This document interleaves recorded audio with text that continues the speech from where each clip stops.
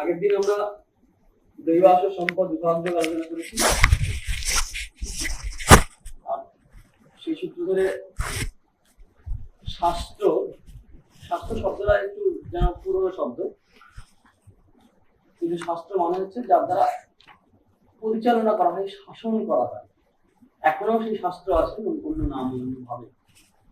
Indian constitution সেটা একটা শাস্ত্র, তোমার একটা কলেজের কনস্টিটিউশন থাকে সেটাও শাস্ত্র, তোমার ব্যক্তি জীবনে কিছু নিয়ম কানুন থাকে সেগুলো সব শাস্ত্র। শাস্ত্র মানে শাসনাত্ময়তে এটি শাস্ত্র, মানে যেটা শাসনের দ্বারা অর্থাৎ যার দ্বারা শাসন করা হয় এবং তার থেকে মুক্তি লাভ হয়।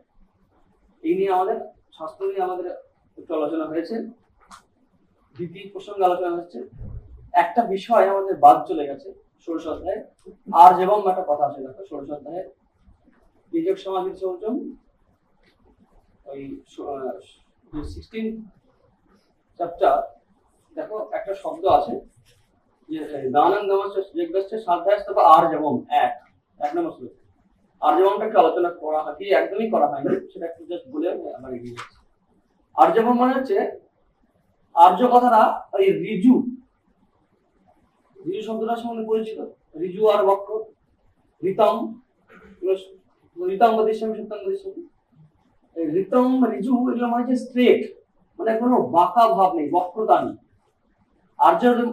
আর্যবম মানে হচ্ছে তাই বক্রতা নেই, সরলতা। ঋজু থেকে কথাটা এসছে, রুট যেটা। আর জবম মানে হচ্ছে সরলতা। সরলতা কিরকম শ্রীরামকৃষ্ণ সুন্দর বলেছেন, মন আর মুখ এক করা। আর একটা বলেছেন ভাবের ঘরে চুরি না, মানে বাইরে এক ভিতরে এক, মুখের মধ্যে অন্তরে গরম, এটা নয়, সহজ সরল, ভিতরে যা বাইরে। অসময় শ্রীরামকৃষ্ণের জীবনে দেখলে দেখতে হবে, মায়ের জীবনে এরকম আছে যে এই খাবি তো খা, মুখের সামনে বলছো কেন, সহজ সরল। পায়খানা করে দেখাচ্ছে, দেখো তো লেখাছে কিনা, মরম মানুষ নেই দেখবেন নাচছে। সরলতা হচ্ছে কি ভিতরে মনে এরকম পেঁচ কুচ নেই, মন আর মুখ এক, এটা হচ্ছে সরলতা।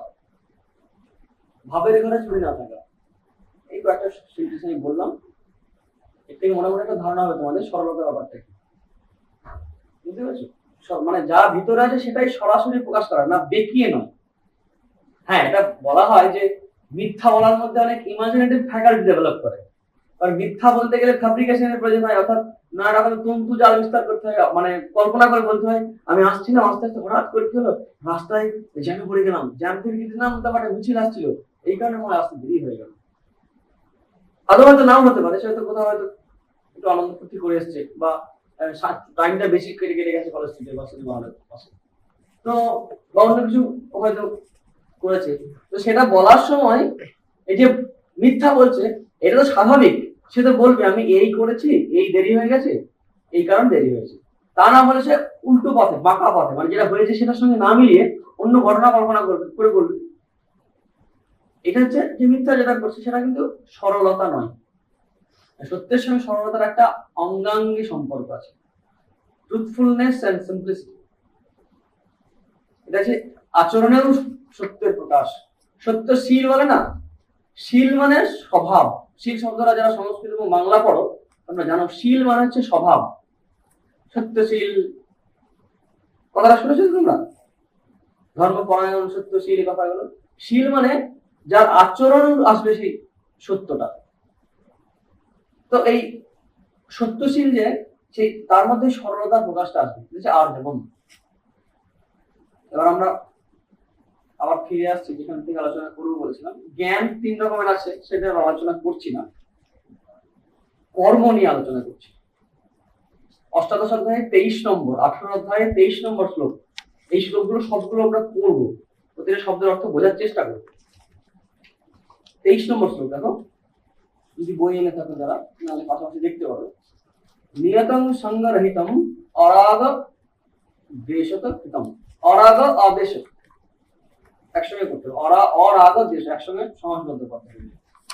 নিয়তং সঙ্গরহিতম অরাগ দেশত কৃতম অফলপ্রেক্ষণা কর্ম যত্তৎ সাত্বিকম।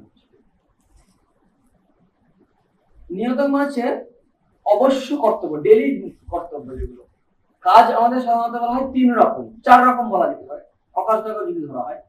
কাজ 4 রকম কি কি?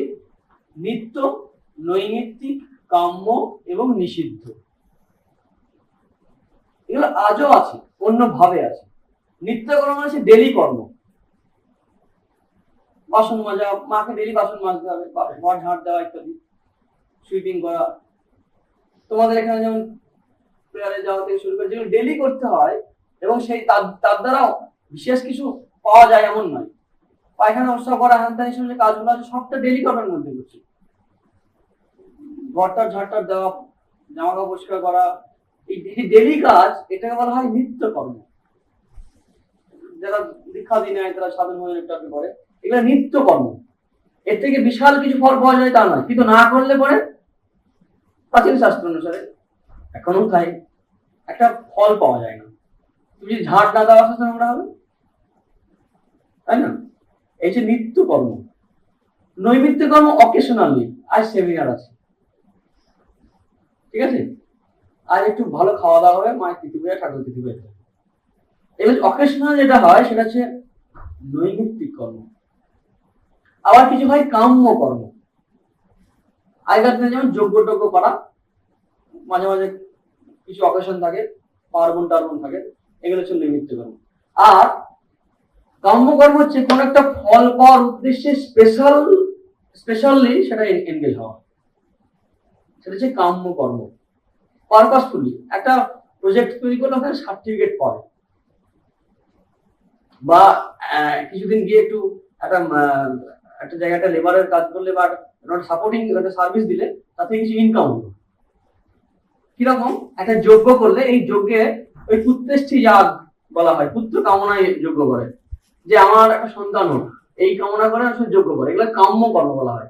বা আমি স্বর্গ কাম হইয়া যেত, এরকম আছে পূর্ব মীমাংসা দর্শন, যে স্বর্গ কামনার জন্য যজ্ঞ করছে, স্বর্গ লাভের আশায়, এটা কাম্য কর্ম। এই স্বর্গে যেতে চাই বা আলটিমেট একটা বেনিফিট হবে। এই নিত্য, নৈমিত্তিক, কাম্য, 3 রকম কর্ম। এই 3টে কর্ম কিন্তু অধর্ম নয়, 3টে কর্ম কিন্তু অকর্তব্য নয়। অকর্তব্য আর একটা আছে, নিষিদ্ধ কর্ম, বিকর্ম যেটা বলা হচ্ছে না, অকর্ম বিকর্ম সব আলোচনা হয়েছে আমাদের একটা অধ্যায়, এটা ছুঁয়ে গেছি। নিষিদ্ধ কর্ম হচ্ছে যা করা উচিত নয়। অকারণে প্রাণী হত্যা করবে না, অকারণে স্বার্থের প্রয়োজনে মিথ্যাচার করবে না, এই যে এগুলো হচ্ছে নিষিদ্ধ কর্ম। চুরি করবে না, নিষিদ্ধ কর্ম। এই নিষিদ্ধ কর্ম না করলে বাকি সব কর্ম কিন্তু ধর্মের মধ্যেই পড়ে। তো মনে আছে সেই দাগটা, ধর্ম, ধর্ম কর্ম আর হচ্ছে অধর্ম কর্ম। ওই ধর্মের কর্ম সবটাই হচ্ছে তোমার করতে পারে সবাই। হ্যাঁ, মোক্ষকামী সে কাম্য কর্ম করবে না, সে স্বর্গ কামনা করবে না, স্বর্গের জন্য কামনা করবে না, আর পুত্রের জন্য কামনা করবে না, সুন্দর উত্তমা জন্য করবে না। সে হচ্ছে নিত্যকর্ম করবে, জেনারেল নিত্যকর্ম সে করবে, আর সে মোক্ষকামী হবে বা মুক্তিকামী হবে, ভক্তিকামী হবে। কিন্তু নিষিদ্ধ কর্ম কেউ করবে না। এই যখন নিষিদ্ধ কর্মগুলো খুব বেড়ে যায়, সেটা হচ্ছে অধর্মের বৃদ্ধি ঘটে। বোঝা গেল? এবার এই যে কর্মগুলো করা হচ্ছে, এই কর্ম মাধ্যমে কি করে নিষ্কাম করে মন আরো বেশি উন্নত করা যায়, কিভাবে মুক্তির দিকে এগিয়ে যাওয়া যায়, এই টার্গেট নিয়ে শ্রীকৃষ্ণ অর্জুনকে পরপর বলছে কাজ থেকে আরো বেশি বেনিফিট পাওয়ার জন্য, যে কাজ কোন কাজ করবে এবং কিভাবে করবে। এখানে যে গীতায় কাজ করার কথা বলা হচ্ছে, কাজের ফল দেখে কিন্তু কাজের মান বিচার করা হচ্ছে না, ভালো করে মনে রাখো। গীতার মতে কিন্তু কাজের ফল দেখে কাজের মান বিচার করা, সাত্বিক আত্মাংশিক কর্ম বলা হচ্ছে না, বলা হচ্ছে কর্তার মেন্টালিটি বা বুদ্ধি অনুসারে। কর্তার মেন্টালিটি বা বুদ্ধি অনুসারে একটা কাজ সাত্বিক হবে না তামসিক হবে। কর্মের কর্তব্য অকর্তব্য, এই যে বিচার, এই বিচারটা কিন্তু হচ্ছে কি অনুসারে? কর্মের পরিণাম বা ফল অনুসারে নয়, কর্তার মনের মধ্যে যে বাসনা যুক্ত যে বুদ্ধি, বাসনাত্মিকা বুদ্ধি বলা হয় যেটাকে, সেই অনুসারে কিন্তু একটা কর্ম সাত্বিক, রাজসিক বা তামসিক। কারণ দেখো, যুদ্ধ নামক যে কাজটা সাধারণভাবে কি হিংসার কর্ম একটা, কিন্তু এই কর্ম যখন নিষ্কাম ভাবে স্বধর্ম অনুসারে করা হয় এবং তার সঙ্গে কামনা বিহীন হয়ে, আমার ডিউটি এবং আমি নিষ্কাম ভাবে করছি, তখন সেই কর্মটা হয়ে যাচ্ছে সাত্বিক কর্ম। আবার এই কাজটাই কর্ণ টর্ণ শুরু করে যারা ওই খেপ খেলে, যেমন ফুটবল খেলে যায়, তেমনি যারা ওই যুদ্ধ করে দেবে, তার থেকে কিছু টাকা পয়সা পাবে বা রাজ্যের একটা পার্ট পেয়ে যাবে, কর্ণ টর্ণ অঙ্গরাজ্য আছে, কর্ণ প্রকৃতি যারা আছে, অর্জুন চেষ্টা করছে বা করবে, বা আরো যারা আছে নিষ্কাম কর্ম করছে, এদের কর্ম কিন্তু যুদ্ধ কর্ম সাত্বিক কর্ম। পাশাপাশি আবার দেখো, একই যুদ্ধ কর্ম কর্ণ টর্ণ থেকে শুরু করে যারা ওই ক্ষেপ যুদ্ধ করেছে আর কি, মানে কিছু টাকা পাবে, কিছু বেনিফিট পাবে ওই যুদ্ধে জয়লাভ করলে, অনেক শেয়ার মার্কেট ইনভেস্ট করার মতো, ওখান থেকে যা রিটার্ন পাবে সেটা আমার লাভ হবে। এরা এরা এরা কিন্তু রাজস্বিক কর্ম করছে। আর তামসিক কর্ম কে করছে? যে নিজের সামর্থ্য বিচার না করে লাফালাফি দিমদাম করছে, করে দেবো, ভাবি পরিণাম ফলাফল শুভ অশুভ চিন্তা না করে যুদ্ধ করে যাচ্ছে। দুর্যোধন প্রভৃতি এরা হচ্ছে একই কর্ম, তামসিক কর্ম। আবার এটা তো কোনো একটা কর্মের অনুসারে, আবার বিভিন্ন কর্ম আছে যে কর্মগুলো একই ব্যক্তির পক্ষে বিভিন্ন সময় বিভিন্ন রকম হয়ে যায়। আমার বই থেকে বলি, তাহলে নিয়ত কর্ম মানে কি হলো? নিত্য কর্ম। এই নিত্য কর্ম যখন আসক্তি বিহীন হয়ে করে, সঙ্গরহিতম, আসক্তি বিহীন হওয়ার সাধারণ লক্ষণ কি? রাগ এবং দেশ না থাকা। অরাগ দেশ, অরাগ অদেশ, লাইকস এন্ড ডিসলাইকস মুক্ত হওয়া। গীতায় এই দুটো শব্দ বহুবার বিভিন্ন ভাবে বিভিন্ন শব্দ এসেছে। রাগ, আসক্তি, আসক্তি, আসক্তি। স্বামীজি বলছেন গীতায়, যদি দুটো মুখ্য শিক্ষার কথা স্বামী হাইলাইট করছেন, সেটা হচ্ছে কি? সমন্বয়, সমস্ত মত পথের সমন্বয়। লাস্টের ক্লাসে বলার চেষ্টা করব। সমন্বয় একটা ভাবনা আছে, আর একটা কি? অনাসক্ত, নিষ্কাম করে। তুমি যা কিছু করো, তুমি রাজা হও, তুমি ভিখারি হও, যা হও না কেন, আসক্ত হো না। তুমি কারোর জন্য সব করো, জীবন দিয়ে দাও, উৎসর্গ করো, হৃদয় দিও না। তোমার হৃদয়ের ভালোবাসায় অধিকার একজনের, শ্রী ভগবান। নিশ্চয় এটা উঁচু লেভেলের কথা। জীবন দাও, সব দাও, সব কিছু করো, রক্ত দাও, জীবন দাও, মরে যাও। এই নিষ্কাম কর্মের যে ভাব, শ্রীরামকৃষ্ণ বলছেন চালাকির শিক্ষা একটা বলা যেতে পারে, যে ভাই বোন আত্মীয় পরিজন যা আছে সবাইকে নিয়ে থাকবে, ওরা মনে করবে তুমি কত আপনার, কিন্তু মনে জানবে তোমার কেউ নয়। হিপোক্রেসি শিক্ষা নয়, এটা কিন্তু নিষ্কামের শিক্ষা। কি? বড় লোকের বাড়ির দাসী, বড় লোকের বাড়ির দাসীর শ্রীরামকৃষ্ণ উদাহরণ কি করছে? সে যখন মানে কর্তার ছেলে শরীর খারাপ হচ্ছে, হ্যাঁ আমার অঙ্কের কত শরীর খারাপ, আমার হরির শরীর খারাপ, আমার রামের শরীর খারাপ, আমার রাম আমার না খাইলে খেতে পারে না, কিন্তু বেশ জানে ওই দাসী বা চাকর যে একটু পরে যদি চাকরি থেকে বরখাস্ত করে ওকে চলে যেতে হবে। অনেক সময় এটাও সত্যি যে নিজের সুখে সত্যিকারে আসক্ত হয়ে যায়, কিন্তু মনে মনে একটা ভাবনা থাকে আমার কেউ নয়।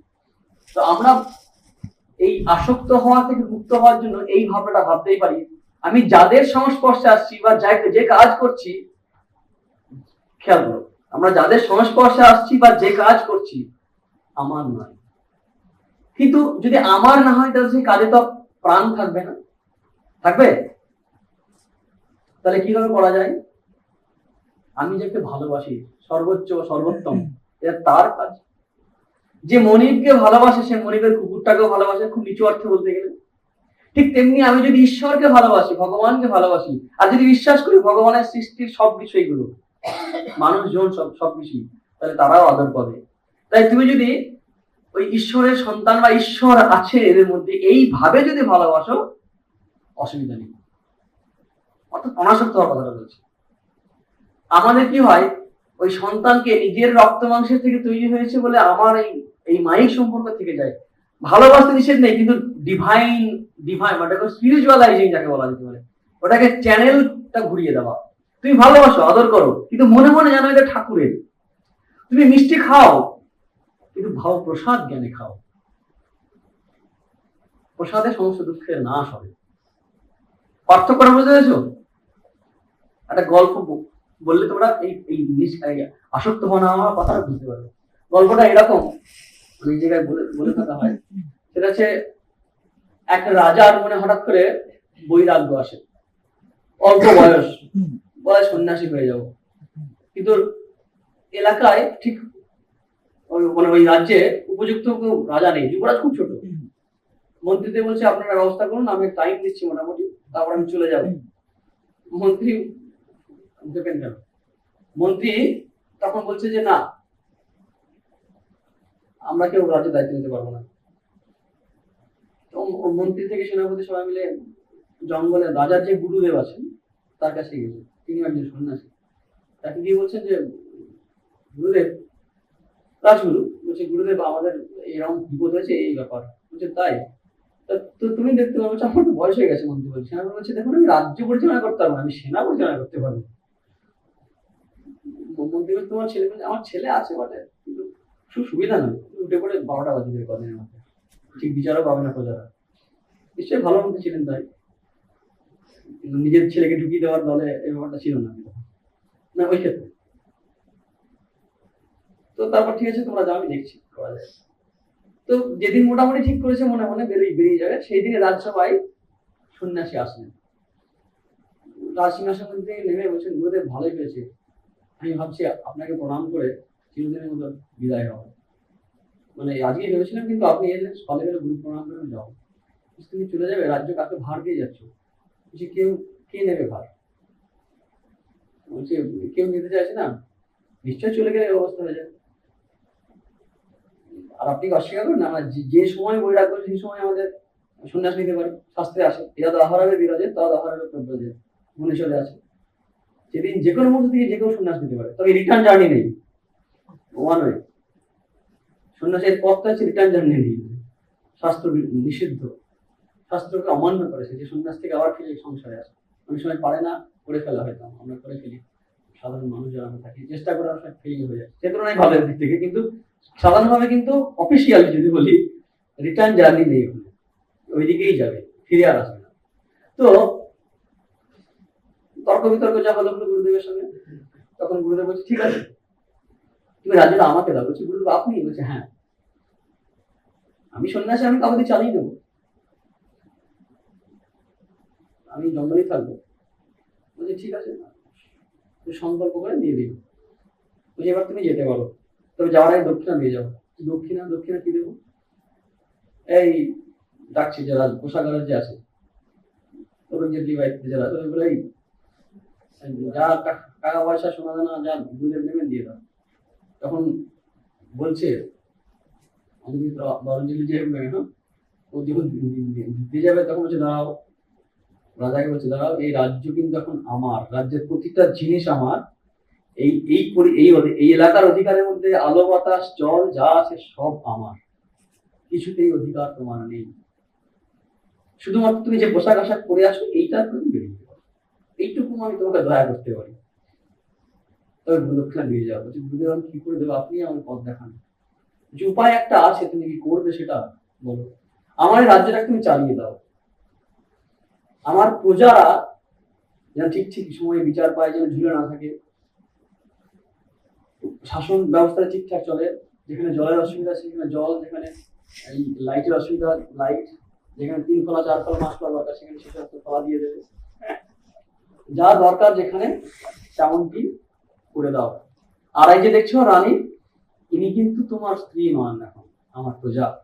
এই যুবরাজ আমার রাজ্যের ভাবি রাজা, এদেরকে সেইভাবে তৈরি করবে যাতে ভবিষ্যতে ঠিক রাজা হতে পারে। ভাবছে কি হলো, আমার তাই তো থাকলো, বলছে এটা কিন্তু খেয়াল রাখবে সবসময় বলে গুরুদেব চলে গেলেন। যাওয়ার সময় শুধু বলে গেলেন আমার এই রাজ্য আমি আমার ইষ্টকে সমর্পণ করছি, তোমার ইষ্ট আমার ইষ্ট একই, সুতরাং এই রাজ্য শুধু আমারই নয়, আমার ইষ্টেরও, তোমার ইষ্টেরও। চলে গেল। সন্ন্যাসী চলে যাওয়ার পর রাজা রাজ্য পরিচালনা করছে, কিন্তু মনে সবসময় এই ভাবনাটা আছে এই আমার প্রভুর রাজ্য, আমার গুরুদেবের রাজ্য, আমার গুরু আমার ইষ্টের রাজ্য, আর এই যা আছে সব তার। কারো পায়ে একটু কাঁটা ফুটলেও তার যেন যন্ত্রণা হচ্ছে, এই জ্ঞানে নয় যে আমার সন্তান বা আমার প্রজা আমাকে একটু হাতে যত্ন করে বেশি, ওই প্রজাটা এটা ও তেল তেলের ব্যাপার আছে একটু, কিচ্ছু না। সব সবার প্রতি ঠিক কর্তব্য অধিকারের ব্যাপারটা কিন্তু সবসময় খেয়াল রাখছে, যাকে যেমন তার সঙ্গে মিশছে, কিন্তু কাজটা ঠিক করে যাচ্ছে। ভিতরে একটা অনাসক্তির ভাব এসে গেছে, একটা আলাদা আনন্দ। আগের থেকে আয়েস করে সকালে যে প্রেয়ারে করে যে 3 ঘন্টা ঘুমোচ্ছে তাও নয়, সবই আগের থেকে আরো বেশি চেঞ্জ হয়ে গেছে, লাইফস্টাইল চেঞ্জ হয়ে গেছে, খাওয়া ঘুম চলাফেরার মধ্যে একটা পরিবর্তন এসে গেছে, আনন্দের সঙ্গে কাজ করছে। বহু বছর পর যুবরাজ প্রায় যোগ্য হয়ে গেছে, যখন তখন সন্দেশে এসছে, বলছে যে চলো এবার তুমি যেতে পারো, আমার প্রজা রেডি হয়ে গেছে, আমার যুবরাজ। তখন বলছে গুরুদেব এখন আমার কাছে বনই বাকি আর রাজ্যই বাকি, আমি মনে সেই শান্তি এখন লাভ করেছি, আপনার শেখানো এই কলার মধ্যে কুই নেই দেওয়ার মতো এই কাজের মধ্যে যে কর্মসন্ন্যাস, কর্মের মধ্যে অকর্ম দর্শন, অনাসক্তি কাজ করা, এই আমি শিখে গেছি। এই সন্ন্যাসী, কর্মের ফল ত্যাগ করা, ঈশ্বর সমর্পণ করা, তার প্রেমে তার এর জন্য করা, অনেক আলোচনা হলো যে আমি ধন্য, তবে আমি যাব, যেহেতু কথা দেওয়া ছিল আপনি বলছেন আমি রাজ্য ভার দিয়ে আমি যাব। গল্পটার তাৎপর্য বুঝতে পারলেন? কাজের পরিবর্তন হলো না, কিন্তু মনের ভাবের পরিবর্তনের সঙ্গে সঙ্গে কাজের কোয়ালিটি ডিফারেন্ট হয়ে গেল। শুধু কাজের কোয়ালিটি ডিফারেন্টই হলো না, তার সঙ্গে আর কি হলো, ব্যক্তির উন্নতি হলো, কাজের উন্নতিও হলো। এই যে কর্মযোগের এই যে কাজ, 3 রকম কাজ আছে, এই 3 রকম কাজেরও দেখবে তামসিকতা থেকে আস্তে আস্তে শিফট করে যাবে, রাজসিক হয়ে একদম সাত্বিকতা চলে যাবে। নিয়তং সংগ্রহিতম অরাগ দ্বেষকৃতম অফলপেক্ষণা কর্ম ইয়াত্তাৎ সাত্বিক উচ্যতে। তোমরা বলতে পারো আচ্ছা কাজ করবে ফল পাবে না, নিশ্চয়ই ফল আসবে, লঙ্কা খেলে চাল লাগবে না, লাগবে, কাজ করলে একটা ফল পাবে, পরীক্ষা পড়াশোনা করছে পরীক্ষাতে রেজাল্ট হবে নিশ্চয়ই আসবে, কিন্তু ওটা যেন টেনশন নেওয়ার দরকার নেই, the work itself will take care of it, কাজ নিজেই সেটা বুঝে নেবে, আমার কাজ হচ্ছে কাজ করে নেওয়া। এখন পরীক্ষা আগের দিন বা 2 একদিন আগে যদি পড়তে বসে যদি পড়া হয়নি টেনশন করো, ওই সময়টা তো নষ্ট হচ্ছে, বাস্তব দিক থেকে ভাবো, ওই ফলের চিন্তায় আমাদের সময় বেশি নষ্ট হয়। কাজ করি বলে আমরা দুঃখ পাই এমন নয়, কাজ থেকে কিছু চাই বলে দুঃখ হয়, কাজ এমনি ফল প্রসব করবে। আমরা কাউকে ভালোবাসি বলে কষ্ট পাই এমন নয়, অনেক সময় দেখবে ভালোবাসা চাই বলে কষ্ট পাই। অনেক সময় আমরা যাকে ভালোবাসি সে আমার মন মতো চলুক বলে কষ্ট, না চললে কষ্ট হয়, তাকে আমার দাস বা দাসী করে রাখতে চাই, আমার মনের মতো সে চলুক, কেন চলবে, কেন চলবে সে তোমার মন মতো, তার স্বাধীনতা নেই, সে যেমনই চলুক, তোমার ভালোবাসা বন্ধ হবে না, সেটাই ঠিক ঠিক ভালোবাসা। কাজের ক্ষেত্রে ভালোবাসা কিন্তু দুটোই একই। নিয়তং সংগ্রহিতম অরাগ দ্বেষকৃতম অফলপ্রেক্ষণা কর্ম ইয়াত্তাৎ সাত্বিক উচ্যতে, অর্থাৎ নিত্য কর্তব্য করবে রাগ এবং দেশ আসক্তি বিহীন, যেহেতু আসক্তি নেই সেহেতু দেশও হবে না, লাইফ ডিজাইন যেহেতু কম সেহেতু নিম বেগুন আসলে পরে বলবে না খাবো না, কারণ জানে যে নিম বেগুনটা আমাদের সিলেবাস আছে, খেতে হবে, রুচি টুচি কি আছে খাবো, জাস্ট উদাহরণটা হলো, যা শরীর উপকারী খেতে হবে, খেলাম। রাগ এবং লাইকস এবং ডিসলাইকস দুটোই থেকে মুক্ত, অফলপ্রেক্ষণা, ফল কামনা থাকছে না, যে কর্ম সেটাই সাত্বিক কর্ম। আর উল্টোটা তারপর নিচে একটু নিয়ে এসছে, যত কামের শোনা কর্ম, একটা কামনাযুক্ত একটা কামনাহীন কর্ম, অহংকারের সঙ্গে করা, অহংকারে না বাপন আমি করছি আমি কর্তা, ক্রিয়াতে বহুল আয়াসম, অনেক কষ্ট করে করা হয়, অযোগ্য হোম টোম ভোটের প্রচার এই ও থেকে শুরু করে যে হিউজ কাজ করা, নিশ্চয়ই ভালো, ওই তমগুণী ভূমি আছে তার থেকে অনেক ভালো, স্বামী চেয়েছিলেন এইটাই, তোমাদের বলেছিলাম সেই লাঙ্গলের গল্প মনে আছে তো, দেবতার কাছে লাঙ্গল যে তাও যদি কোনো কালে কিছু হয়, সাধু বাবা পোশাক পরে একজন হিমালয়ের দিকে ঘুমোচ্ছিলেন, তখন নন্দী মাঝি বললো না দেব কাঁধে লাঙ্গল, তুই এই কেন, গোটা দেশ জুড়ে ঘুমোচ্ছে দেখছি সব, এদিকে জাগাতে হবে, এদের মধ্যে ভোগের আকাঙ্ক্ষা তৈরি করতে, অনেকের মধ্যে স্বপ্নই দেখে না। আমি বিহারে ছিলাম 5 বছর, তোমরা জানো, অনেকে হয়তো শুনেছো, তো ওখানে কিছু কিছু ছেলে জিজ্ঞেস করতাম ব্রিলিয়ান্ট ছেলে, ওদের টার্গেट की रेल का टिटी बनना है हमारा जी, रेल का टिटी इतना बड़ा, इतना तुम्हारा दिमाग इतना तेज है, फिर भी तुम टिटी बनने के बारे में सोच रहे हो, नहीं उसमें बहुत कमाई होता है, और लोग मुझे पीछे पीछे घूमते हैं, টার্গেট কি, আরো বেশি স্বপ্ন দেখতে পারে না, যে কোনদিন কাউকে ভালোবাসলো না, কেন না আসক্ত হয়ে পড়বো, কষ্ট হবে,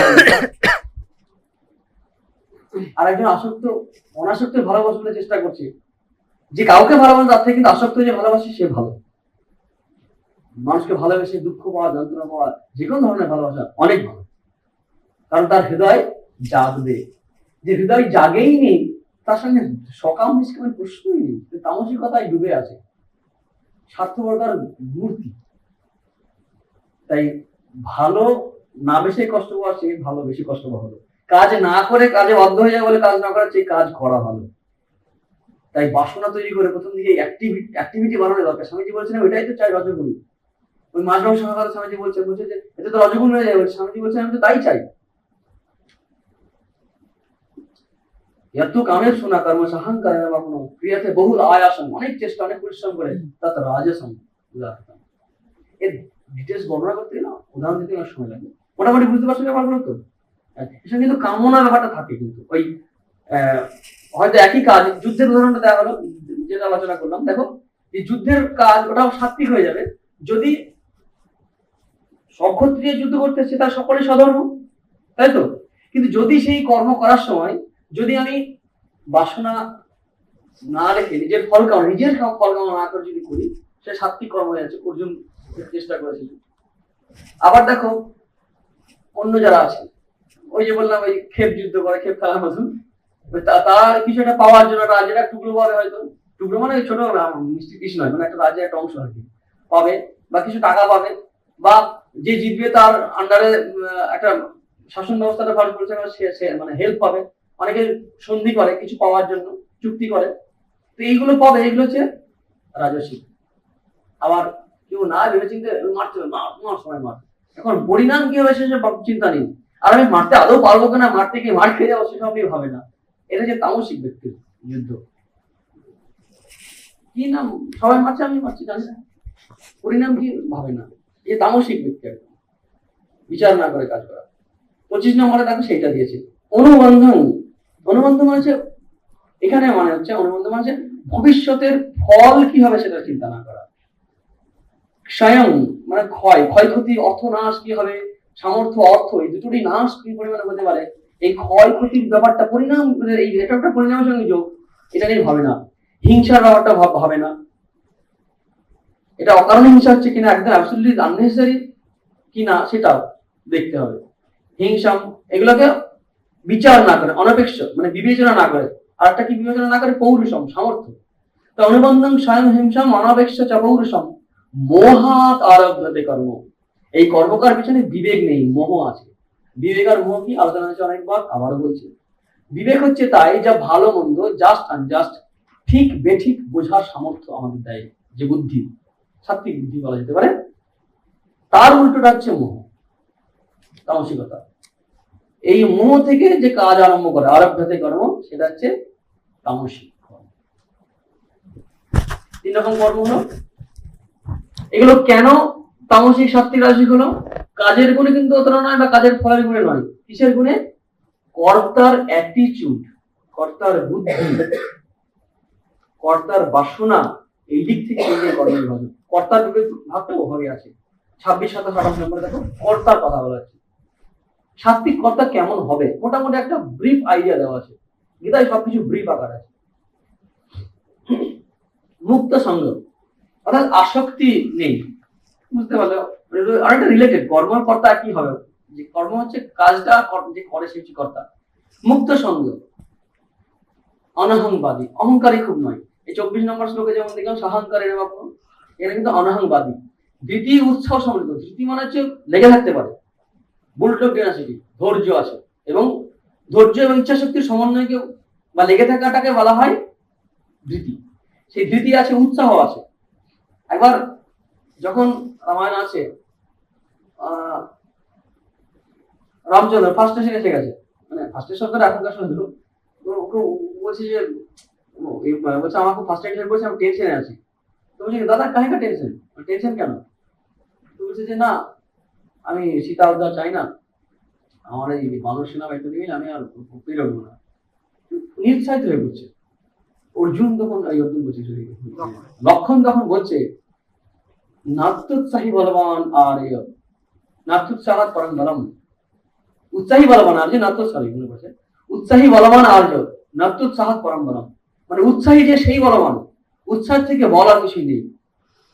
অনেক বল থাকা সত্ত্বেও যদি উৎসাহ না থাকে তাহলে কিন্তু হেরে যাবে অনেক সময় আছে। রিকি পন্টিং এবার খুব মানে 2003 ওয়ার্ল্ড কাপ জেতার পরে খুব অফ ফর্মে যাচ্ছিল।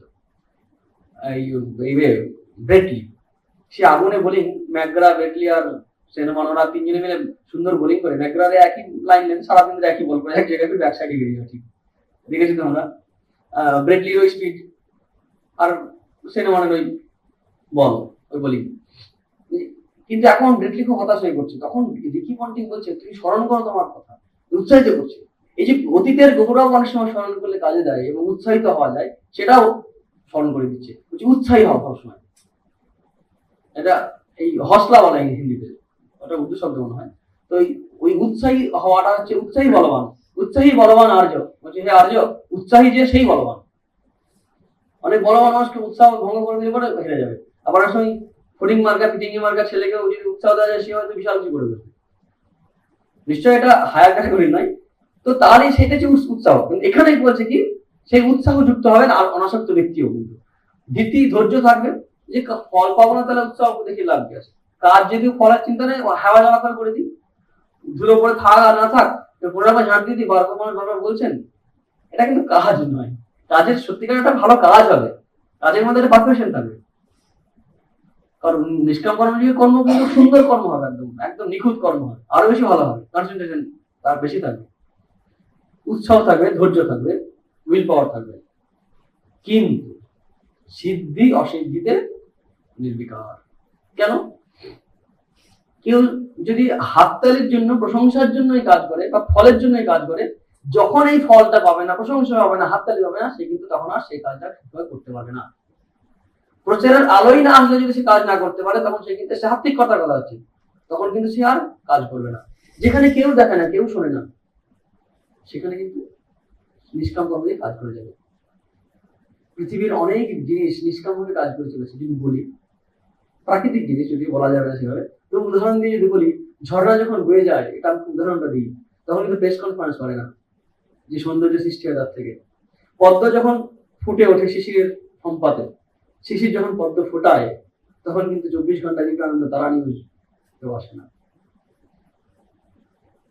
তাই আমরা যদি নিষ্কামভাবে কাজ করতে পারি, তাহলে লোকের মুখের দিকে না তাকিয়ে, হাততালির দিকে না তাকিয়ে কাজ করতে পারবো। অনেকটা আমাদের দশা বানরের মতো, হাততালি না পেলে কাজ করি না। যেমন বানরকে যত হাততালি দেবে তত বেশি লাফাবে, এই চলো রিপসি খেল দেখাও, এই করো, পয়সা মিলেগা। এই আমাদের কিন্তু এই রিপসি খেল দেখাও, পয়সা মিলেগা, এই আমাদের অবস্থা। খারাপ অবস্থা নয়, কিন্তু এর চেয়ে উচ্চ অবস্থা হচ্ছে এই সিদ্ধি অসিদ্ধি, অর্থাৎ ফল পাওয়া না পাওয়ার দিকে না তাকিয়ে আমি আমার কাজ করি। আবারও বলছি, গীতার এই ভাব মনের মধ্যে ঢোকানো বা বোঝানোর জন্য দীর্ঘ অনুশীলন বা অভ্যাসের প্রয়োজন, দীর্ঘ অনুশীলন অভ্যাসের প্রয়োজন। বুদ্ধিগত ভাবে পরে আরো বেশি করে বুঝবে, যত বুদ্ধি শুদ্ধ হবে, বুদ্ধিটার সঙ্গে অন্য যে সমস্ত কাঁচরা গুলো হয়তো মুক্ত হবে, অর্থাৎ আত্মার কাছাকাছি যাবে, যেটা যত শুদ্ধ হবে। সত্যিকার সিদ্ধাংশের কথা বলতে গিয়ে বলেছিলাম, নির্মল হবে বুদ্ধি। তোমাদের বা আমাদের সবারই বুদ্ধি যত এই বাসনা মুক্ত হবে, চৈতন্যের কাছাকাছি যাবে। বুদ্ধি কিন্তু জড় পদার্থ, যত চৈতন্যের কাছাকাছি যাবে, তত কিন্তু বুদ্ধির মধ্যে একটা প্রসন্নতা আসবে, চিত্তের ডিসিশন নিতে আরো সুবিধা হবে। এগুলো বুঝতেও ততটা সুবিধা হবে। সিদ্ধি অসিদ্ধিতে নির্বিকার, সে হচ্ছে সাত্বিক কর্তা। আর রাজসিক কর্তা কি? রাগী। এই রাগী মানে ক্রোধী নয়, কিন্তু আসক্ত, কর্মফল প্রেপসু, মানে কর্মফল চায়, সেখানে লোভ আছে, লুব্ধ, হিংসাত্মক, হিংসা কাজ করবে, অসুচি, এই সমস্ত কাজ করতে গিয়ে অসুচি হয়ে যাবে। হর্ষ শোকান্বিত, হর্ষ শোকান্বিত কেন হবে? এই পেয়ে গেছি, চলো উড়ে, প্রচুর আনন্দ পেলাম না, ভেঙে পড়লো। মানে একদম বলবো কি হয়েছে, তোমার পরের মাসটা ভালো খেলবি না, আমার কিছু হবে না, কান্নাকাটি করে খেলবো না। পরে থার্ড গেমটা খেলার সময় দেখা গেল ভালো করে বল মারছি না, করছি না, ভলিবল দেখা গেল না, এই শোক, ফার্স্টেশন, এগুলো রাজস্বিক কথা কিন্তু আসে, এগুলোর মধ্যে যেতে হয় রাজস্বিক কথা। তারপর আছে থার্ড ক্যাটাগরি, অসাধারণ ক্যাটাগরি। একটার ব্যাপারটা দেখো, এই এটা ছড়িয়ে আছে, তিনটেকে যোগ করে এবার কার কতটুকু ভাগ করে নিলে বুঝতে পারবে, যেটা এটা নয় সেটা এটা হতে পারে, বা এটা নয় এটা হতে পারে, কিন্তু একটার ক্ষেত্রে একটা আলাদা, অযুক্ত। নিশ্চয় তার মানে মনে হচ্ছে যে সাত্বিক কথা যুক্ত হবে, অর্থাৎ যোগী হবে, মনোযোগী হবে, প্লাস যোগীও হবে।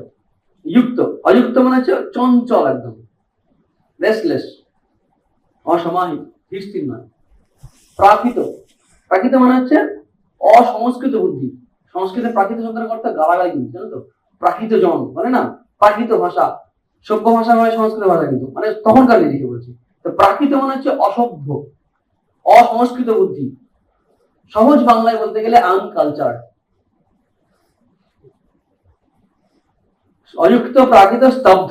স্তব্ধ মানে হচ্ছে অনম্র, নম্রতা নেই, গর্বে স্থিত এরকম আছে, মানে স্তব্ধ একদম, ওই মানে নম্র, নম্র ব্যাপারটা বুঝো তো, কি বলবো ওটাকে, বলে না একটু নম্র বিনয়, এই ব্যাপারটা নেই। শঠ, শঠ মানে হচ্ছে প্রবঞ্চক, মায়াবী, ছলনাকারী, মন মুখ এক নয়, শঠ। নিষ্কৃতিক হচ্ছে যে কি করে পরের ক্ষতি করা যাবে, ভালো রেজাল্ট করবে, চলো খাতাটা হারিয়ে দিই, লাইফটা ডিস্টার্ব করে দিই, বা কিছু একটা করি। কিংবা চাকরি করছে, তাহলে চাকরিতে ইনকাম না করতে পারে, আর দোকান খুলেছো তুমি, তো তার থেকে একটা বড় দোকান খুলে দিয়ে ওই একই মাল বিক্রি করতে শুরু করবে, করতেই পারে, কিন্তু সেই মানসিকতা যদি থাকে। নৈষ্কৃতিক এটা পরবৃত্তি নাশকারী, এটা হচ্ছে নৈষ্কৃতিক। পরবৃত্তি নাশকারী বা ছেদনকারী, সে হচ্ছে নৈষ্কৃতিক। এগুলো সব কিন্তু তামসিক ভাব বিকাশ। অলস, ব্যাখ্যার প্রয়োজন নেই, আমরা সবাই এক্সপার্ট এই ব্যাপারটাই। অলস, বিষাদী মানে একগুচ্ছের, মানে সবসময় আকার, মুখটা যেন মেঘলা, হাসি খুশি নেই, জীবনের সব দুঃখ, সকলের সব দুঃখ একাই বহন করে চলেছে। যীশু খ্রিস্ট নয় অবশ্য, হাসি মুখে গেছিল, বুদ্ধ নয়। এই যে বিষাদী, স্বামীজি বলছেন don't come out from your room বা ইত্যাদি উইথ ইউর ক্লাউডেড ফেস। বিষণ্ণ মুখ নিয়ে তুমি বাইরে বেরিয়েও না, মুক্তি জায়গায় বলছেন, তোমার কোনো অধিকার নেই এই বিষণ্ণ ভাবটা বাইরে ছড়ানো। দেখো আমাদের সবারই কম বেশি দুঃখ থাকতেই পারে, কিন্তু তাই বলে মুখে সবসময় একটা দুঃখের ভাব, প্রেশার, চিন্তা নিয়ে এমনিতেই সব জগৎ এতে আসে। এবার তুমিও যদি এবার তার থেকে বড় ঘরে গিয়ে একটু ফেলুদা বা সঞ্জীব চট্টোপাধ্যায়ের রসে বসে বা কিছু একটা করে আনন্দ পাওয়া বরং ভালো, তাই না? হাসি খুশি থাকা, হাসি খুশি থাকাটা কিন্তু ধর্মের প্রথম লক্ষণ। হাসি খুশি থাকতে হবে, আনন্দ থাকতে হবে, মনের সরলতারও লক্ষণ। এই বিষাদী তামসিকতা একদম।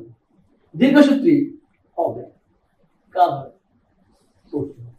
হবে কখন, প্রোক্রাস্টিনেশন বলে ইংলিশে, কাজ ফেলে রাখা, সময় চলিয়ে যায় নদীর স্রোতের পায়, time and tide waits for nothing.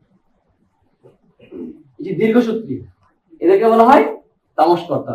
মনে রাখো এই সমস্ত যে কোয়ালিটি গুলো দেখছো, একজনের কোয়ালিটি, এটা কিন্তু কিছু আলোচনা করেছে, তোমরা চর্চা করলে আরো অনেক কিছু পেয়ে যাবে, আরো অনেক বইপত্র ঘাটাঘাটি করলে জীবনের অভিজ্ঞতার সঙ্গে সঙ্গে আরো অনেক কিছু পেয়ে যাবে, যেটা বুঝতে হবে যে তামসিকতা অর্থাৎ ট্রেন টু নিচের দিকে আর কি, মানে চৈতন্যকে প্রকাশিত না করে আরো বেশি শরীরের সঙ্গে বাঁধবে, এটা হচ্ছে তামসিকতার দিকে নিয়ে যাবে। এগুলো সব কিন্তু দেখবে তোমার শরীরের সঙ্গে বেড়ে দিচ্ছে, এই সবগুলো কর্ম কর্তা হলো। আমি স্পিডে যাবো, ডিটেলসে চলে যাচ্ছে,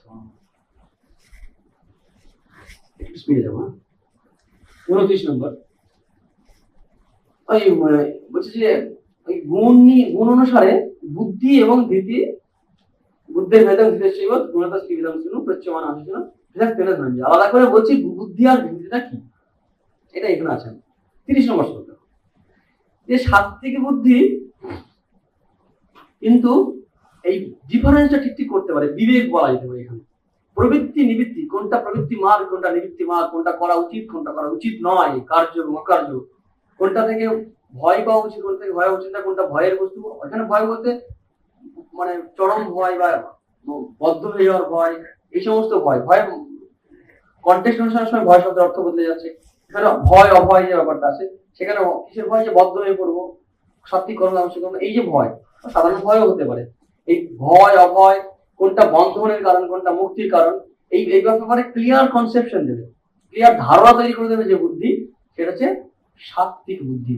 অর্থ সাত্বিক আছে না, প্রবৃত্তিঞ্চ নিবৃত্তিঞ্চ কার্যা কার্য ভয়াবহে বন্ধন মোক্ষং চ যা বুদ্ধি সা পার্থ, বুদ্ধি সা পার্থ সাত্বিক, অর্থাৎ বিবেক পরিষ্কার বুঝা যাচ্ছে। আলোচনা যাচ্ছে আর ঠিক ঠিক জানে না, উল্টো জানে অনেক সময়, না ঠিক ঠিক জানে, এটা উল্টোটা তামসিকতা। যে ধর্ম অধর্ম, কার্য অকার্য, জয়া ধর্ম অধর্ম কার্যাঞ্চ কার্যমেব চ, অন্যগুলো ভাঙা আছে, তোমরা বই থেকে দেখে নিও, বরং বই থেকে। অযথাবাদ প্রজানাতি বুদ্ধি সাপার্থ রাজসী, ঠিক ঠিক বোঝে না যে বুদ্ধি, বিবেক বিবেক পরিষ্কার নয়, সেটা হচ্ছে কি বুদ্ধি? রাজসিক বুদ্ধি, ঘোলাটে বুদ্ধি। কারণ ডিসিশন নিতে গেলে তুমি তাও মানে একটা বায়াসড হয়ে ডিসিশন নেয়, যদি ব্যাখ্যায় যায় একটু ডিসিশন নিতে গেলেও একটু ফলের লক্ষ্য থাকবে। বাট বিচার করতে গিয়ে আমার ছেলেকে ফাঁসি দেবো, আমার ছেলেকে 10 বছর বা সশ্রম কারাদণ্ড দেবো, ওইখানে এই ব্যাপারটা যুক্ত হয়ে যাচ্ছে। কিছুটা বুঝতে পারছে কিন্তু পরিষ্কার বুঝতে পারছে না, কারণ একটু জায়গায় আটকে দিচ্ছে। সে যুক্তি আনতে থাকবে, না এটা ঠিক নয়, মানবতার দিক থেকে এটা ঠিক নয়। বুদ্ধিতে বাসনা যুক্ত আছে তো, বুদ্ধি ক্লিয়ার হবে না, ঠিক আমরা আনুভাস হতে পারি না। খুব কম ক্ষেত্রে আমরা কিন্তু নিরপেক্ষ হতে পারি, খুব কম ক্ষেত্রে, কারণ অনেক সময় আমাদের স্বার্থ কাজ করে। যদি খুব বড় অর্থে দেখি, পৃথিবীর কোনো ঘটনা কিন্তু খারাপ বা ভালো নয়। খুব ভালো করে দেখো তো, কিছু ঘটনা ঘটে যাচ্ছে, বৃষ্টি হলো, ঠিক আছে, কেন খারাপ বলবো? যদি আমার স্বার্থের ক্ষতি হয়, অর্থাৎ আমার এই সময় ধান পেকে গেছে, যদি প্রচন্ড বৃষ্টি হয় আমার ক্ষতি হবে। আবার কোন একটা স্টেটে খুব খরা চলছে, ওটা দেশ জুড়ে হয়তো বৃষ্টি হয়ে যাবে, তারা খুব আনন্দ পাবে। ঘটনা একই, ভালো মন্দের বিচারটা হয় আমাদের কিসের নিরিখে? স্বার্থের নিরিখে। সব ঘটনা, খুন পর্যন্ত, জখম পর্যন্ত, খুব সাহসের সঙ্গে ভাবতে হবে কিন্তু এটা, নাহলে খুন মানেই মনে হবে খারাপ, হিংসা মানেই খারাপ, তা কিন্তু নয়। কি থেকে কি হয় বোঝা যায় না, কিন্তু আমরা আমাদের ব্যাখ্যা করি আমার নিজের স্বার্থে, কখনো কখনো বৃহত্তর স্বার্থে বিচার করে দেখি, তবু স্বার্থ আছে, কিন্তু ঘটনা ঘটে যাচ্ছে, কিন্তু ভালো মন্দের ব্যাখ্যাটা আমরা দিই স্বার্থ অনুসারে, স্বার্থ অনুসারে। ভালো মন্দের বিচার আমরা যেহেতু ঠিক করতে পারি না, সাত্বিক বুদ্ধি কোনো কিছুর সঙ্গে যুক্ত নয়, নিশ্চয় মানে এই নিরপেক্ষ বিচারটা অনেক সময় করতে পারে। 32 নম্বর, উল্টো বুঝবে, জাস্ট অধর্মকেই ধর্ম মনে করবে, ধর্মকে অধর্ম মনে করবে। অধর্মং ধর্মমিতি ইয়া মন্যতে তমসা বিদা সর্বার্থং বিপরীতাংশ, সবকিছু উল্টো মনে করবে, বুদ্ধি সাপার্থ তামসী। ব্যাখ্যার প্রয়োজন আশা করি নেই, বোঝা যাচ্ছে তো? এবার সে ধৃতি। ধৃতি ধৃতি হচ্ছে একটা সেই মানসিক শক্তি যার দ্বারা কোন মানুষ একটা কাজে লেগে থাকে। কি কি বলেছিলাম একটু মনে আছে একটু আগে? ধৃতি বলতে গিয়ে উইল পাওয়ার, ধৈর্য, bulldog tenacity, tenacity, patience, will পাওয়ার, এই সবগুলোকে মিলিয়ে একটা যে ভাব তৈরি হয়, সংস্কৃত এই শব্দের দ্বারা ধৃতি। ধৈর্যের প্রয়োজন লেগে থাকতে হবে তো, আর লেগে থাকতে কি দরকার? ইচ্ছা শক্তি দরকার। ইচ্ছা শক্তি কি করে থাকবে? লেগে থাকার মাথায় প্রকাশ পাবে, আর কিছু কিন্তু ধৈর্যের মাথায় প্রকাশ পাবে। অর্থাৎ এই সবগুলোকে মিলিয়েই বলা হয় ধৃতি। এই ধৃতি না থাকলে কিন্তু বুদ্ধি যা বুঝলাম সেটা করতে পারবো না। আমরা অনেকেই বুঝি কি করা উচিত না, কিন্তু করতে পারি, তার কারণ তো উইল পাওয়ার কম। দুর্যোধন বলছেন, কি বলছেন তিনি? জানামি ধর্মম নাচমে প্রবৃত্তি, জানামি অধর্মম নাচমে নিবৃত্তি। আমি জানি ধর্ম কি, মানে কর্তব্য কি, করতে ইচ্ছা হয় না। আমি জানি অধর্ম কি, অকর্তব্য কি, করে ফেলি, নিজেকে সেখান থেকে নিবৃত্ত করতে পারি না। প্রবলেমটা কোথায়? ইচ্ছা শক্তি কম। আমাদের বেশিরভাগ মানুষ ছোট থেকে বড় সবাই আমরা জানি কি ভুল করছি, সেই ভুল জানলেও ঠিক সরাতে পারে নিজেকে, কারণ মনের জোর নেই, ধৈর্য, ইচ্ছা শক্তি নেই। এই ইচ্ছা শক্তি বাড়াবার কিছু ক্রাইটেরিয়া আছে। সেই ক্রাইটেরিয়া কি? মনোযোগ বাড়াবার ব্যাপার আছে, খাওয়া দাওয়া কন্ট্রোলের ব্যাপার আছে, এগুলো প্রথম থেকে আলোচনা হয়েছে। মোটামুটি ব্রহ্মচর্য পালনের একটা প্রয়োজন আছে। অর্থাৎ শরীর মনের যে শক্তিটা আমাদের নিম্ন প্রবৃত্তির আনন্দে, নিম্ন রুচির যদি অনুমতি দেওয়া হয় আমাকে, সেই আনন্দে যখন মত্ত হয়ে যায়, তখন আমাদের এনার্জি বৃথা ক্ষয় হয়, যেটা উইল পাওয়ারে কনভার্ট করা যেতে পারতো সেটা থাকে না। আমরা কম বেশি শুনেছি বা জানি যে অপবিত্র, এই অর্থে অপবিত্র বলা হচ্ছে, জীবনযাপন করবে অথচ উচ্চ চরিত্র লাভ করবে, এটা হতে পারে না, ইম্পসিবল। যেটা তুই ব্যাখ্যা দেখ না কেন, স্বামীজিকে একবার একজন বলছেন, বিদেশে যখন স্বামীজি আছেন, যে এখানকার ডাক্তাররা বলে যে ব্রহ্মচর্য পালন করে নাকি এটা মানে সায়েন্সের বিরুদ্ধে এবং শরীরের পক্ষে ভালো নয় ইত্যাদি। স্বামী বলছেন, স্বামীজি বিরক্ত হয়ে ক্রুদ্ধ হয়ে বললেন শিবের মতো, ফিরে যাও সে ভারতবর্ষে, যুগ যুগ ধরে যারা ব্রহ্মচর্য প্র্যাকটিস করে আসছে। ডাক্তাররা কি জানে? এখানকার ডাক্তারদের একটা নীতি জ্ঞানে বেড়ালের নীতি জ্ঞান থেকে বেশি নয়। এক্সাক্ট কিছু কিছু শব্দ বললাম, কিছু কিছু ভাবটা বললাম, ঠিক মুখস্থ নেই। ব্রহ্মচর্য পালনের কার ক্ষতি হয়েছে? এমনকি আমাদের শাস্ত্রে আছে ব্রহ্মচর্য পালন গৃহস্থদের করতে হবে, সন্ন্যাসীদের করতে হবে। পশুর জীবনযাপন করা কখনোই আমাদের স্বাস্থ্যসম্মত নয়।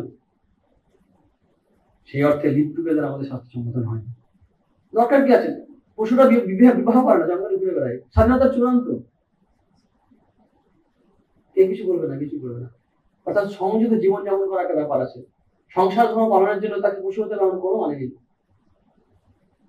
আমি বেশি দূর যদি নাও যাই, ইতিহাসের প্রমাণ দিয়ে বলা যায় শ্রীরামকৃষ্ণ দেব বা চৈতন্যদেবের অনেক গৃহস্থ ভক্ত আছে, তারা কি সুন্দর জীবনযাপন করে গেছেন। যে এই শরীর মনের স্ট্রেংথ ধরে রাখা, স্বামী একটা বলছেন এই ব্রহ্মচর্য ভাবে আমাদের যা কিছু বড় সব নষ্ট হয়ে যাচ্ছে। আমি খুব বাধ্য হয়ে সচেতন হয়ে বলছি, কারণ এটা খুব প্রয়োজনীয় একটা শক্তি, যা আমাদের উইল পাওয়ার থেকে শুরু করে অনেক কিছু, আমাদের স্ট্রেংথ এনার্জি সবকিছু দেয়। এটা কিন্তু আমাদের ধৃতি বা ধৈর্য শক্তি বাড়ায়।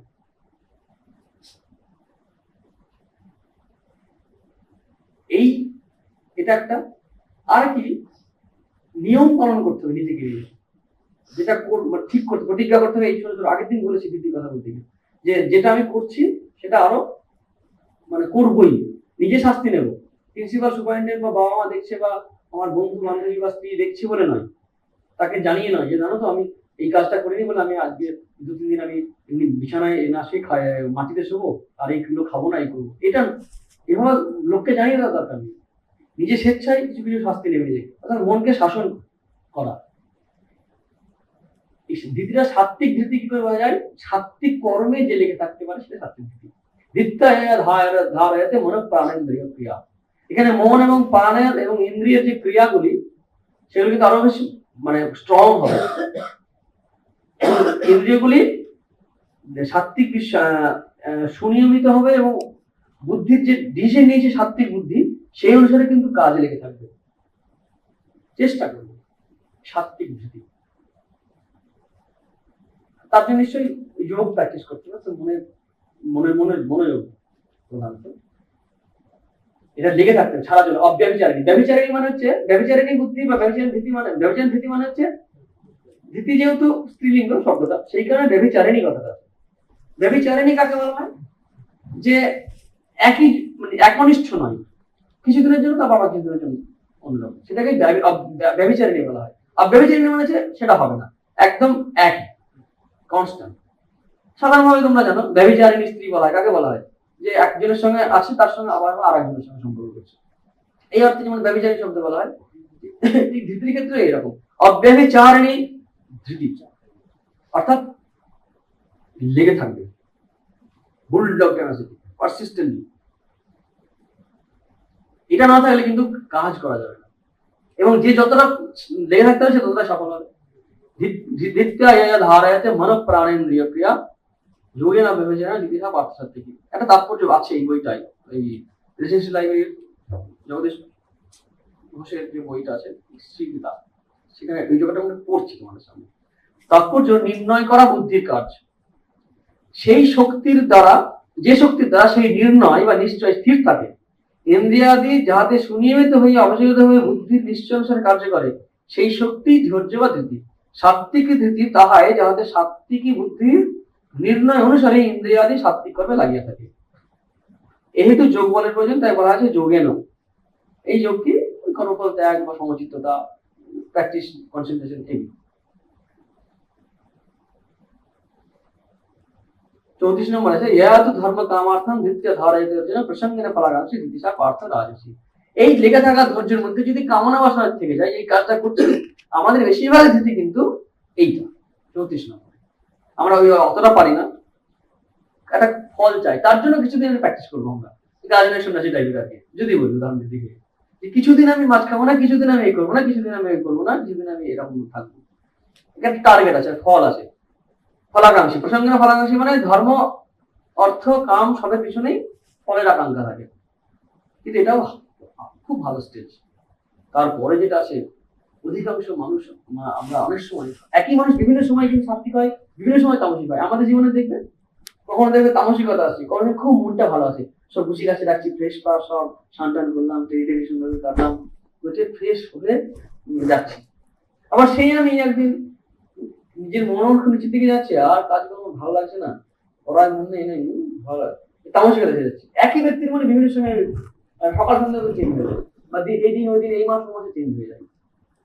এখানে কিন্তু এই উইল পাওয়ারটা কিন্তু জোর করে আনতে হয়, এনে জোর করে কাজে লাগতে হয়, জোর করে পরিষ্কার করবো, বাদ দেবো না। আমি রুটিন করে নেবো যে আমি আমার তামসিকতা দূর করার জন্য, ইচ্ছা শক্তি বাড়াবার জন্য ক্লাস ইচ্ছা শক্তি এই প্রয়োগ করবো। কিভাবে? আমি প্রতিদিন অন্তত ঝাড় দেবো সকালবেলা, যদি ঠাকুরের ছবি থাকে প্রতিদিন মুছবো অন্তত একবার, মশারিটা ডেলি খুলবো, সাধারণ ধরনের এগুলো এগুলো বাদ দেবো না। 10 মিনিট আমি ব্যায়াম করবো, যদি সময় নাও পাই আমি 3 মিনিট করবো, অন্তত 3-4 বার উঠবস করবো, প্রত্যেকটা জয়েন্ট আমি মুভমেন্ট করাবো, যা কিছু আছে মুখ ঘাটটা অ্যাক্টিভ রাখবো নিজেকে। এটা প্রতিজ্ঞার সঙ্গে সংকল্পের সঙ্গে করবো। যদি কিছু না হয়, রাতে শোয়ার সময় যদি মিস হয়ে যায় এই দিনটায়, অন্তত জয়েন্ট গুলো ঘুরিয়ে দেবো, পেট মশর দেবো না। অর্থাৎ এই প্রতিজ্ঞা, এই সংকল্প থাকলে মনে জোর আসবে। আমি গীতার ইম্পর্টেন্ট শ্লোকগুলো না একবার একটা অন্তত পড়বোই দিদি, প্রতিদিন একবার অন্তত হাফ মিনিটের জন্য ভাববো আমার লাইফের টার্গেট আমি কি করতে চাইছি, আমি আজকে কাজের মধ্যে ব্যস্ত হই তো, বা চেষ্টা করছি তো। এইগুলো কিছু যদি করে নিই তাহলে তামসিকতা বোঝা যাবে। 35 নম্বরে বলছে, ইয়া স্বপ্নং ভয়ং শোকং বিষাদং মদমেব চ ন বিমুঞ্চতি দুর্মেধা ধৃতি সা পার্থ তামসী। এই ধৃতি, এই যে ধরে থাকা, এগুলো কি জিনিস ধরে আছে? ভালো জিনিস ধরে নেই। কি কি ধরে আছে? স্বপ্ন বিলাসী, স্বপ্নং, ইয়া স্বপ্নং, এর স্বপ্ন বলতে অ্যাকচুয়ালি নিদ্রা, মানে ঘুম, ঘুম কাতুরে, মানে সেই অনেক সময় অনেক সেগুলো দেখো দেখারই মতো অবস্থা, এই আমাকে না কুড়িতে ডাকিস, তার আগে ডাকিস না প্লিজ, আমি ধুতি পরেই দরকার বেশি আগে দিয়ে শুরু করবো, ওই একটু ঘুমো যেতে মনে হয় একটু মাস 5 মিনিট পরে যাচ্ছে। এই যে এই যে বুভুক্ষা, ওই মানে দুর্ভিক্ষগ্রস্ত যেন অবস্থা, যেন ঘুম পাওয়া যায় না এখানে, এই যে ব্যাকুল অবস্থা, এই স্বপ্ন মানে কিন্তু ঘুম। অ্যাকচুয়ালি ঘুমটা স্বপ্ন কেন বলা হচ্ছে, আমরা ঘুমের মধ্যে দেখো স্বপ্নটা থাকে, সেই কারণে এই অর্থে বলা হচ্ছে। আর বেশি যে ঘুমায় বেশি স্বপ্নই দেখে, তার কারণ বিশ্রাম তো ঘুমের নিদ্রার কারণটা কি? বিশ্রাম। অনেক সময় দেখবে খুব বেশি স্বপ্ন উল্টো পাল্টা মানে এরকম গেলে না খুব টায়ার্ড হয়ে যায়, উঠে আবার ঘুমোতে ইচ্ছা করে, টায়ার্ড হয়ে যায় তো, আবার বিশ্রাম নেই। জয়া স্বপ্নাঙ্গ ভয়ং, ভয়ের কারণ, ভয়ের বিষয় থেকে মন সরাতে পারে না, ওটাতে লেগে থাকে, বুঝতে পারছি এখান থেকে আমার ক্ষতি হবে, এবার ভবিষ্যৎ ভয়ের কারণ, আমি যা করছি, যা দেখছি, বাইরে চলে যাচ্ছি এদিক ওদিক, তারপরে ইন্টারনেটে, যাই হোক, এই এই বিষয়টা আছে কিন্তু ছাড়তে পারছি না। শোকং বিষাদং মদম, মদম মানে অহংকার ইত্যাদি, এইগুলো থেকে না ছাড়তে পারা তামসিকতা। ইয়া স্বপ্নং ভয়ং, শোক, দুঃখ পেয়েছি, কোন এক বন্ধু আঘাত দিয়েছে, দুঃখ দিয়েছে, ঘুরে ফিরে মনে আছে, ছাড়তে পারছি না। না না, এখনকার দিনে একটা টেন্ডেন্সি আছে না, নিজেকে শেষ করে দিতে আমি শিক্ষা দেবো, এগুলো সব হচ্ছে তামসিকতার লক্ষণ। প্রোডাক্টিভিটি নিয়ে ভাবে না, যে আমার জীবন দিয়ে যে আরো অনেকে কাজ করতে পারতাম, অনেক সেবা করতে পারতাম, নিজের উন্নতি ঘটাতে পারতাম, সেগুলো ভাবে না। এর মধ্যে আমাদের কাব্য বিলাসিতা চরিতার্থ হবে ঠিকই, আমাদের জীবনের অনেক দিক ফুটে উঠবে, সেগুলো নিয়ে অনেক চর্চা হবে, আলোচনা হবে, সাহিত্য তৈরি সব হবে ঠিকই, কিন্তু সেই ব্যক্তির ক্ষেত্রে খেয়াল করো, সেই ব্যক্তির ক্ষেত্রে কিন্তু এই জিনিসটা মোটেই ভালো নয়, তামসিক। তাকে বরং ফিরিয়ে আনা দরকার, এগুলোকে ত্যাগ করিয়ে তাকে পজিটিভ দিকে নিয়ে আসার কথা।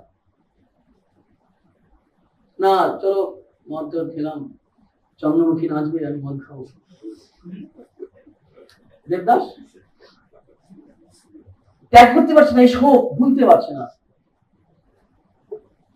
এই যে শোক বিষাদ, এগুলো যে ন বিমুঞ্চতি, এই বুদ্ধিটাকে উচ্চ কোটির বুদ্ধি বলা ছিল, দুর্মেধা, ন বিমুঞ্চতি দুর্মেধা ধৃতি সা পার্থ তামসিক, তামসিক ধৃতি।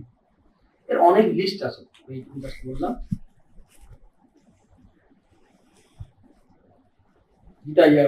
আলোচনা। সুখ এবার 3 প্রকার, সুখং চিদানিং ত্রিবিধম শৃণুমে ভরতর্ষভ অভ্যাসাদামাদিনত দুঃখান্তঞ্চ নিগচ্ছতি যত্তদগ্রে বিষমূহ পরিণামে মৃতপম তৎসুখং সাত্ত্বিকং প্রত্যম আত্মবুদ্ধি প্রসাদজম। সাত্ত্বিক, তামসিক, রাজসিক 3 রকমের সুখ হয়। জেনারেলি আমরা যে সুখটা এনজয় করি অধিকাংশ ক্ষেত্রে বিষয়ের সঙ্গে ইন্দ্রিয়ের সংযোগে। শাস্ত্রীয় ভাষায় ট্র্যাডিশনাল শব্দটা আছে সন্নিকর্ষ, ইংরেজি বলে কন্ট্যাক্ট। ইন্দ্রিয়ের সঙ্গে বিষয় সন্নিকর্ষ হলে পরে একটা নলেজ হয়, ভিতরে জ্ঞান হয়, একটা বোধ হয়, প্রত্যেক বোধেই মানে প্রতি বোধেই একটা আনন্দ হয়। সেই আনন্দটা কিন্তু বিষয়ের থেকে আনন্দ। আর একটা প্রতিবোধ আনন্দ আছে, সেটা হচ্ছে প্রতিবোধ বিদিতম শাস্ত্রে আছে, সেটা কি আত্মাতে চৈতন্য থেকে আনন্দ হয়। কেন পরিষদ আছে, ইনফ্যাক্ট এই নামটা এরকমই আছে। ওই মানে ওই সাক্ষী থাকবে, অ্যাটাচড হবে না, সে আত্মবুদ্ধি প্রসাদ যেমন আছে না, সেখান থেকে যে সুখ পাচ্ছে, প্রত্যেকটা কগনিশনের মধ্যে, প্রত্যেকটা কিছুর মধ্যে সাক্ষী রূপে আছে এবং তাতে আনন্দ পাচ্ছে। এটা যে প্রতিবোধ, প্রত্যেক বোধে আনন্দ পাচ্ছে, সেই আনন্দটা কি আত্মবুদ্ধি প্রসাদ যেমন আনন্দ। এবং সেটা প্রথমে কষ্ট হতে পারে, কারণ ওই লেভেলে মনটাকে নিয়ে জন্য অনেক প্র্যাকটিস করতে হয়। এটা দেখ, ওটা গ্রহণ করবে না, করবে না, বিষয়ের থেকে সুখ নিতে যাবে, সে আত্মা থেকে সুখ নিতে চাইবে। এবং সে সাধন ভজনীতির ব্যাপার আছে, এই সুখটা বিষয় থেকে নয়, বারবার প্র্যাকটিস, অভ্যাস করতে করতে একটা সুখ হবে, সাধনের সুখ হয়। অভ্যাস আর রমতে, সেখান থেকে এখানে রম ধাতু মানে হচ্ছে সুখ, মানে সুখ। এটা এখানে নানা রকম মানে হয়, এটা রম থেকে রমন কথাটা এসছে, মানে রমনের মানে আবার নানা রকম হয়, ত্রিপুরুষের মিলনকে রমন বলা হয় ইত্যাদি। তো এখানে কিন্তু রমন মানে হচ্ছে ওই কোথায় আনন্দ পায়, রম মানে আনন্দ পাওয়া। এখানে অভ্যাস আর রমতে যত দুঃখান্তঞ্চ নিগচ্ছতি, এখানে দুঃখের শেষ হয় কিন্তু এখানে। ইয়ার তদগ্রে বিষম, মানে স্টার্টিং এই বিষের মতো, পরিণামে অমৃত। অমৃত সাধারণ উদাহরণ দিলে পরে, এত কষ্ট করে পড়াশোনা করে রেজাল্টের সময় কিন্তু আনন্দ হচ্ছে। এখন খুব আনন্দ করে যাচ্ছে, রেজাল্টের সময় সবাই আনন্দ করছে। এইটা হচ্ছে প্রথমে সুখ, পরে দুঃখ। রাজসিকটা জাস্ট উল্টোটা। কিন্তু আরো হায়ার ক্যাটাগরি বলতে গেলে আত্মবুদ্ধি প্রসাদজম, অর্থাৎ বুদ্ধি যত নির্মল হবে, বুঝতে পারছো, যত সমল হবে, অর্থাৎ মলিনতা যুক্ত হবে, তত শরীরের সঙ্গে এই জগতের সঙ্গে অ্যাটাচড হয়ে যাবে। আর যত বুদ্ধি পবিত্র শুদ্ধ হবে, তত সে আত্ম চৈতন্যের দিকে যাবে, বোধের দিকে যাবে। এই আনন্দ বোধ অর্থাৎ চৈতন্য থেকে আসবে, কনসাসনেস থেকে আসবে। প্রত্যেক যে বোধ হবে, নলেজ হবে, সেটা কিন্তু উৎস হবে কিন্তু এখান থেকে। এই আত্মবুদ্ধি প্রসাদ যেমন যে সুখ, সেই সুখটা হচ্ছে সাত্বিক সুখ, বিষয় ইন্দ্রিয়ের সঙ্গে সংযোগের ফলে নয়। রাজসিক সুখটা বিষয়ের সঙ্গে ইন্দ্রিয়ের সংযোগের সুখ। নচিকেতাকে একটা বিশাল লিস্ট দেওয়া হলো যে এই লেটেস্ট মডেল দেওয়া হবে, এ দেওয়া হবে, কার দেওয়া হবে, বাড়ি ঘর যা পাবে, তুমি ক্যাটেল প্যাটেল যা পাবে সব পাবে।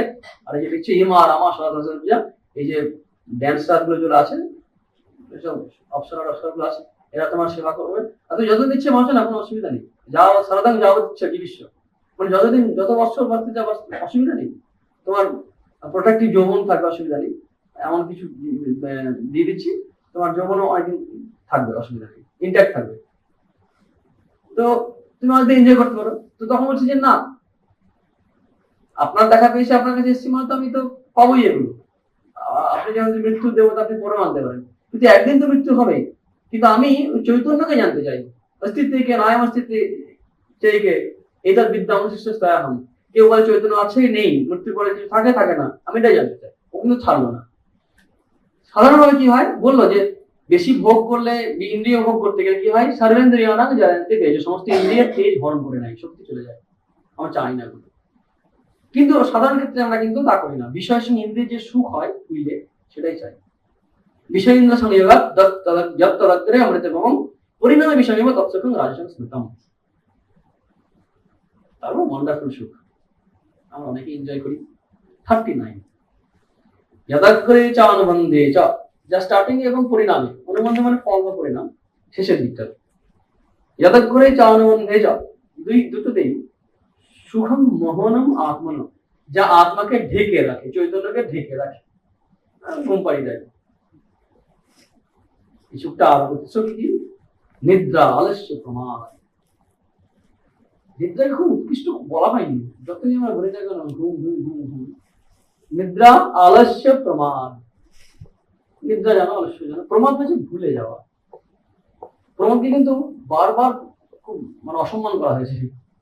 এমনকি বিবেক চক্রবর্তী শঙ্করাচার্য মহাভারত থেকে কোট করে বলছেন যে প্রমাদ মৃত্যু ভগবান ব্রহ্মণ সূত্র, প্রমাদ হচ্ছে মৃত্যুর সমান। ভুলে যাওয়া, তো না থাকা। আমাদের মহারাজা রানের সময় সিনেমা আমরা ভুলে গেছি বলি না, বেশি লেগে যায়। ভুল করেছি বা কোনোটা কাজ করতে গিয়ে পড়ে গেলে এর থেকে বেশি লেগে গেছে, কিন্তু ভুলে গেছি, মনে নেই। মনে নেই, ভুলে গেছি। এই যে ফাইন চালু করা আছে, ব্যাপারটা মনে নেই, ভুলে গেছি। মনে নেই, ভুলে গেছি মানে অসতর্ক, সে ইজ নট সিরিয়াস, তামসিকতা আছে। এটা ধীরে ধীরে অনেক সময় অধঃপতন দিকে নিয়ে যাবে। তাই আমাদের খুব বারবার ভুলে যাওয়া ব্যাপারটা খুব সহ্য করে না, সিরিয়াস না আর কি। যে এইগুলো ভুলে যায় সে তো জীবনের লক্ষ্যই ভুলে যাবে। কি জন্য এসছি, কি করে, তোমরা জানো, বারবার বলা হয় কথা, শিরোমণি রেগুলার বলা হয়। তো ওই টার্গেট ভুলে যাবে। নিদ্রা আলস্য প্রমাদত্তম তত্ত্বাংশ উদাহরণ। পৃথিবীর যা কিছু আছে সব কিন্তু এই 3 গুণের মধ্যেই পড়ছে। এই সুখ যা দিলে এখানে 39 নম্বর বলছে, ন তাদেস্তি পৃথিবীয়াং বা দিবি দেবে স্বপ্ন। মানে এই পৃথিবীতে বা স্বর্গে এমন কিছু জিনিস নেই যে এই প্রকৃতি থেকে মুক্ত। সত্যাং মানে বস্তু, এখানে সত্যাং প্রকৃতি যেই মুক্তই যাদেবী সাত্বিক গুণই, এই 3 গুণ থেকে কেউ মুক্ত হয় না। এরপরে ব্রাহ্মণ, ক্ষত্রিয়, বৈশ্য, শূদ্রের ক্ষেত্রে ভাগ আছে, এবং শ্রীকৃষ্ণ আগে বলেছেন এগুলো কিন্তু জন্মগত ভাগ নয়, গুণ ও কর্ম বিভাগ আছে। গুণ এবং কর্ম অনুসারে এই ভাগগুলো আছে। আলোচনা যাচ্ছে না, সময় পাওয়া যাবে না। আর নিজের কর্মের দ্বারা সাধন হিসাবে করলে পরে সে রাজার কাহিনী মনে পড়ছে, একটু আগে বলেছিলাম।